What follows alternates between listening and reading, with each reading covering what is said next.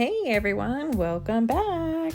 Let's get crafting. So for the first project, I have a thrifted basket that I got from Goodwill, and what was nice about it was it actually came with a bunch of floral foam and then a ton of flowers, and I've been using the flowers over and over again, and I think I only paid, it was either $3.99 or $4.99 for the basket and all the florals.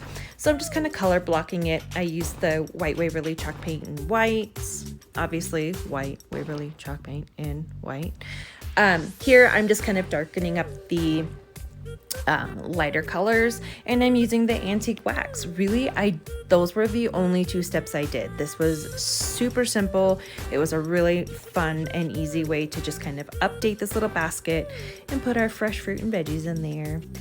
For the second project, I took this banner that I got from Target in like the dollar spot. It was $3, and I just disassembled it. I painted it. I had some spring decor, and you'll see here, nothing really fancy. I do have all of the paint colors and all of the products that I've used throughout this video in the description box below. So if you're interested in any of those, please check down there.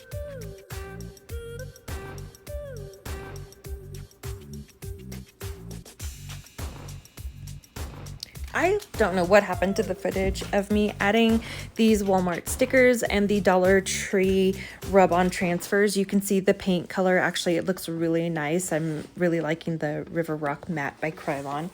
So I'm just showing you on this last letter here, you just place the rub-on transfer and you transfer it. So I took this Dollar Tree block to kind of use as the base for the sign that I'm making instead of having it as a banner. And it's from Dollar Tree, and I'm just putting a couple coats of Waverly's pink color in ballet slipper.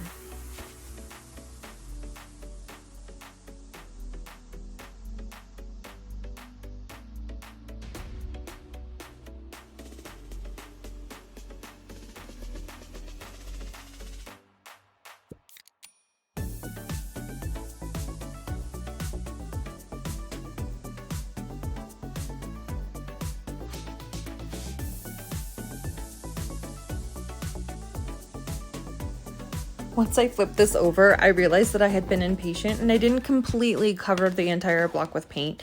So I just decided I would wrap the cord around it, do a little bit of decorative, and then I went back through and I covered all of that green color so that it's all ballet slipper.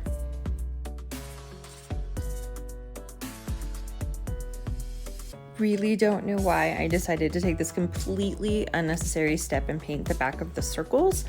I don't know, maybe I was just kind of in the zone, and I mean, I know I like to paint and all, but this step should and could be completely skipped.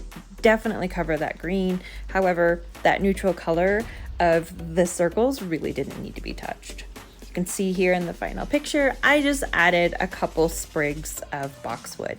For the next project, I just thought it would be kind of fun to step out of my comfort zone with textures, and I'm using a dollar store bunny foam form.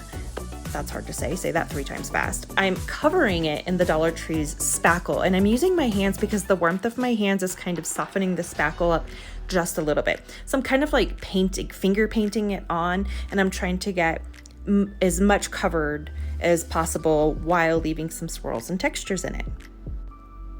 Adding the dowel was just kind of mind-blowing, and it absolutely had to happen. Once I got it covered, I let this sit for a full 24 hours. I started to go over in this really light color. I'll link the color down below, and then I realized it's too light. So I switched to the elephant color by Waverly, and I started just with a sponge. I hate sponges. I don't even know why I try or even bother with them. Some people just make them look so easy, and I just cannot manage. I don't know if I got bad ones or what.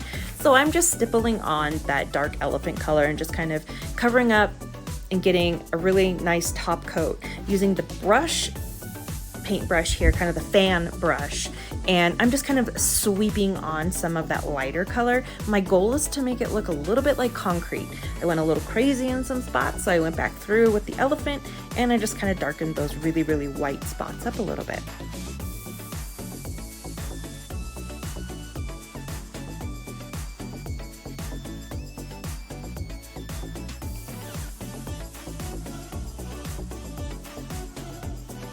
I really like the way he turned out. He's so cute.